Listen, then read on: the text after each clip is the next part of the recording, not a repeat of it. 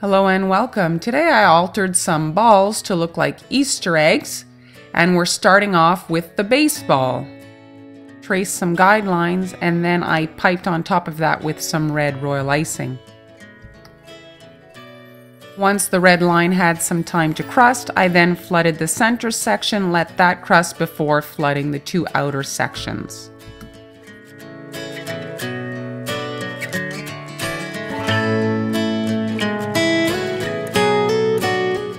Once I was done flooding the surface of the cookie, I decided to airbrush the red line in some brown just to give it a little bit of interest, some shading. Final step for this cookie is the stitching. Just some dots pulled in on both sides of the cookie, and this one is done.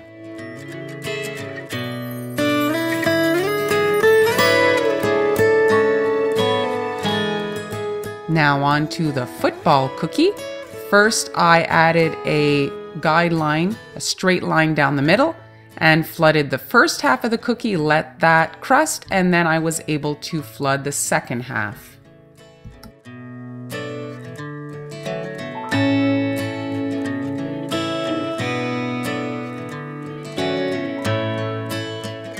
Step was inspired by Jill of Funky Cookie Studio. She had airbrushed her football cookies with some tulle. Here I'm just using some fine mesh, and I'm airbrushing the center seam as well as all along the outer perimeter just to get some texture on the surface of the football. Once that had time to dry, I created a little paper stencil and I airbrushed the white sections on either end of the football.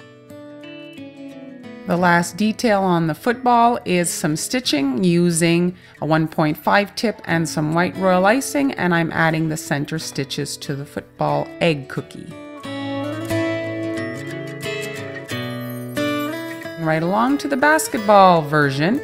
First I flooded the surface of the cookie in some copper royal icing. Immediately while the icing was still wet, I added the black lines that give the basketball the authentic look.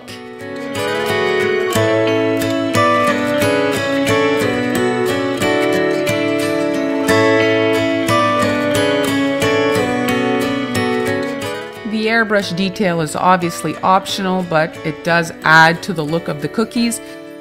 Final design, the soccer ball. Soccer balls can be very tedious to do in cookie, and so I'm cheating. I'll be using my airbrush. First start by covering the surface of the cookie in some white icing, allow that to crust. Found a soccer ball pattern on the internet which I printed off on paper and cut out the black sections to make myself a stencil. I'm using the embroidery hoop to keep the stencil snug against the cookie to avoid underspray, and then once that was done, I could come in with the black icing and outline my black sections and complete the soccer pattern.